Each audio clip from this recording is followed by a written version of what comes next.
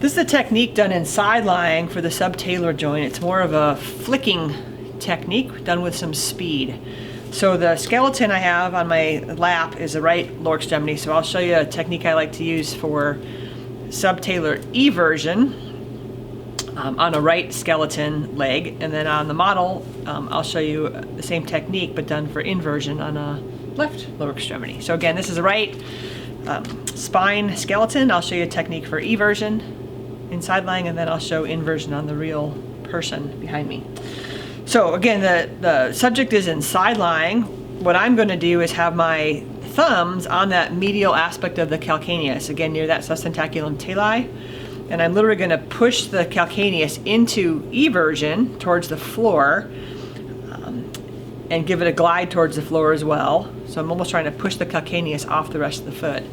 Then with my fingers, my index fingers, I almost make a little bit of a solid hammock, a real tight hammock around that lateral malleolus and the lateral aspect of the talus. So I'm going to make a shelf for the talus and malleolus on the lateral side, and then my thumbs are going to literally push that calcaneus off into eversion, and I'm going to flick it on my leg.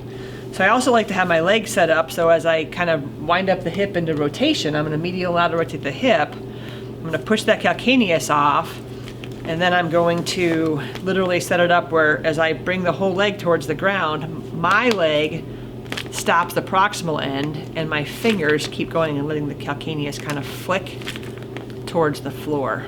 So again, hold the talus with your index fingers, figure out where you can be so that your leg blocks the talus and the malleoli from going, and push that calcaneus off towards the floor. So it's a little bit of a flick technique. So again, in the skeleton, that was for eversion. I like to do my flicking of the joint towards the floor. I don't like to flick to the ceiling. It's possible, I just don't feel very good at it. So I like to flick into eversion on a right leg towards the floor here, and then I'll show you on the real leg how I would do inversion. So bring this one around. Now I have a real foot. So again, I'm going to take her left lower extremity, subtalar joint, and I'm going to do the same technique but now for inversion towards the floor.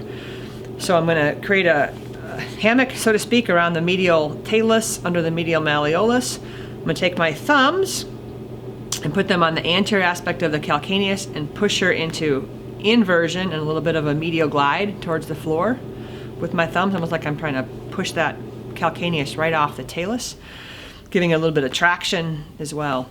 I like the sidelying technique because what I can do then with the subject or the model is I can actually create a little bit of a traction all the way down the lower leg. If the knee is flexed, I can pull her leg across my pelvis, then make my shelf here. So I'm tractioning through here. I'm inverting in this case, kind of winding up the leg, right? Maybe do some mini flicks as a pre-technique hold, so to speak. Does that feel okay? Mm-hmm. Any problems if I give it a quick flick? Mm-mm.